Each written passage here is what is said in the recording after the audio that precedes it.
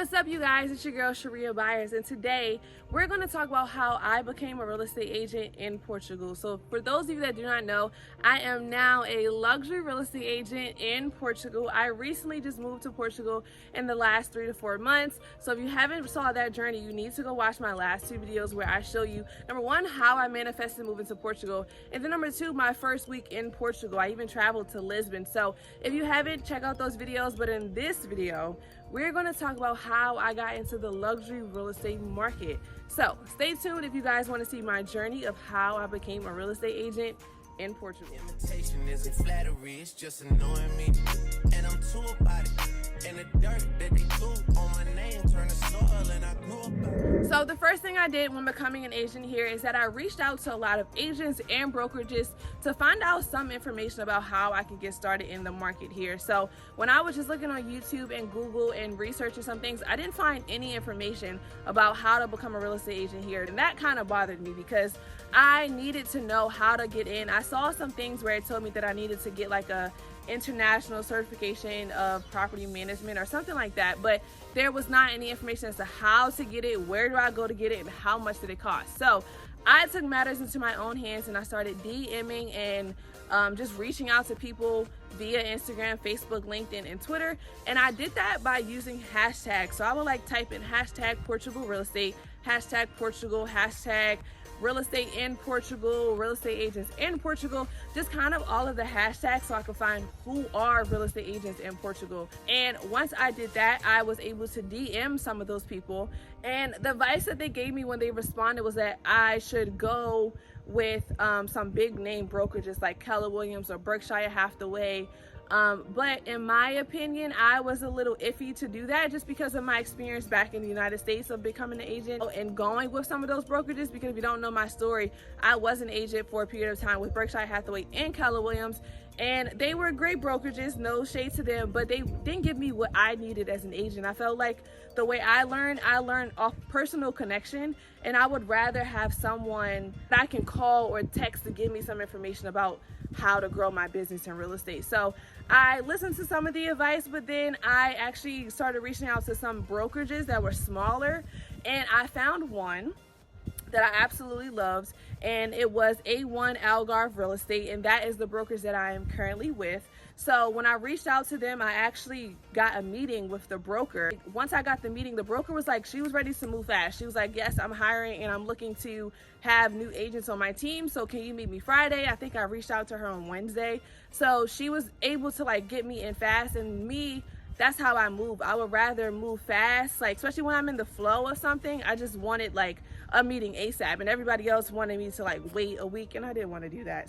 So the second thing that I did is that I had the meeting with the broker. So in the meeting with the broker, before I even went to the meeting, I researched the broker so that I can understand more about her and the brokerage. And I also asked her questions about what is the difference between the real estate market in Portugal and the real estate market in America, because I knew that she serviced a lot of American clients and that American people were moving to Portugal for some odd reason right around the time that I moved here. So I was like, why are people moving to Portugal? Like, I wanted to know the major differences so that when I have an American client and they bought a property in the US, I will be able to tell them it's not the same process. This is what will happen in Portugal. So I wanted to know the buying process, the selling process, and how it was different from America. And I also asked her what type of certifications and trainings did I need to become an agent here in Portugal.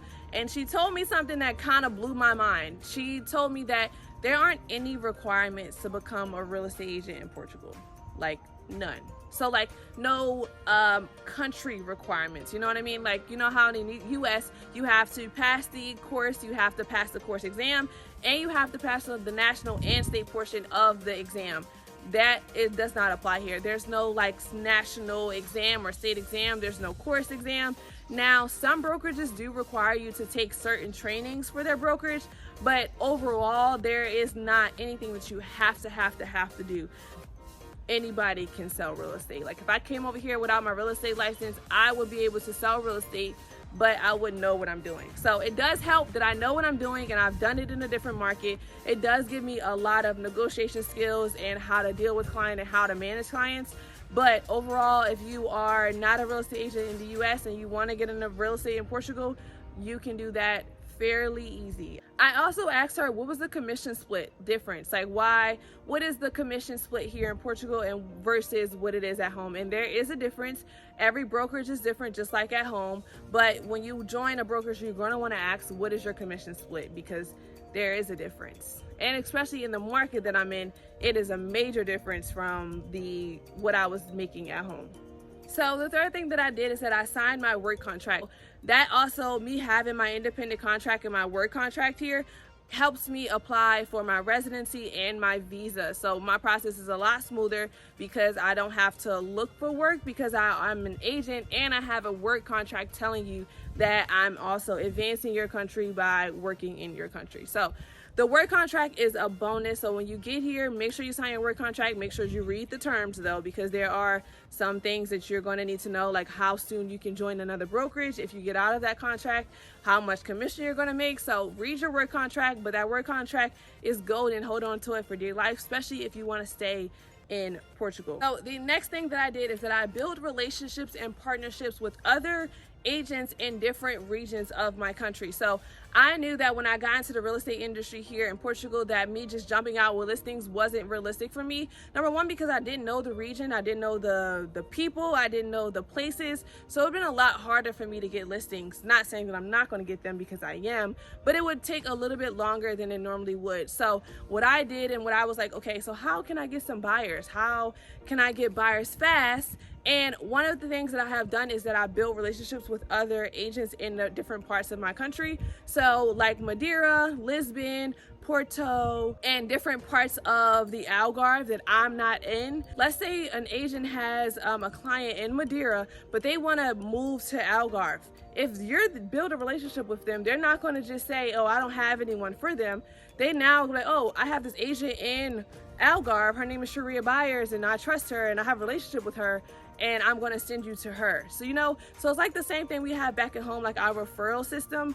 But number one, jumping out the gate, building relationships with other agents in different regions is going to be really powerful, because people here, especially in Portugal, they move a lot. So if I have connections with other agents in different parts of the country, like, I'm going to get some referral business from those agents. So that is something I definitely recommend, especially when you first get here and you first become an agent in Portugal. And the last thing that I would tell you when becoming a real estate agent here in Portugal is make sure you have your back end of your business set up.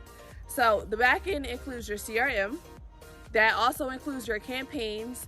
That includes your buyer guide, your seller's guides, because you want to give them some type of value when they are going through your experience of buying in Portugal, because you want to make your process different. I'm also learning the market. Like, I'm studying the market. I'm learning about their interest rates and why there's so many cash buyers. Like, I'm just indulging myself in their market, because that is going to help me better service my clients. Being in a foreign country and selling real estate, y'all, it's very different. So that will conclude this video of how I became a real estate agent here in Portugal. I hope this video helps somebody that's interested in becoming a real estate agent here in Portugal. I'm absolutely trying to do my best to be the information that I did not have when getting into the industry here for you. So if you have any questions about anything that I'm doing, or anything you have about your journey of becoming a real estate agent here in Portugal, please put them in the comments, because I will make videos about them, because I'm on this journey just as you guys are, and I want to be the person that you guys can go to when you have questions about getting into the industry here. So I hope this video helps, and I hope you guys click the like button and you subscribe to my channel for more videos.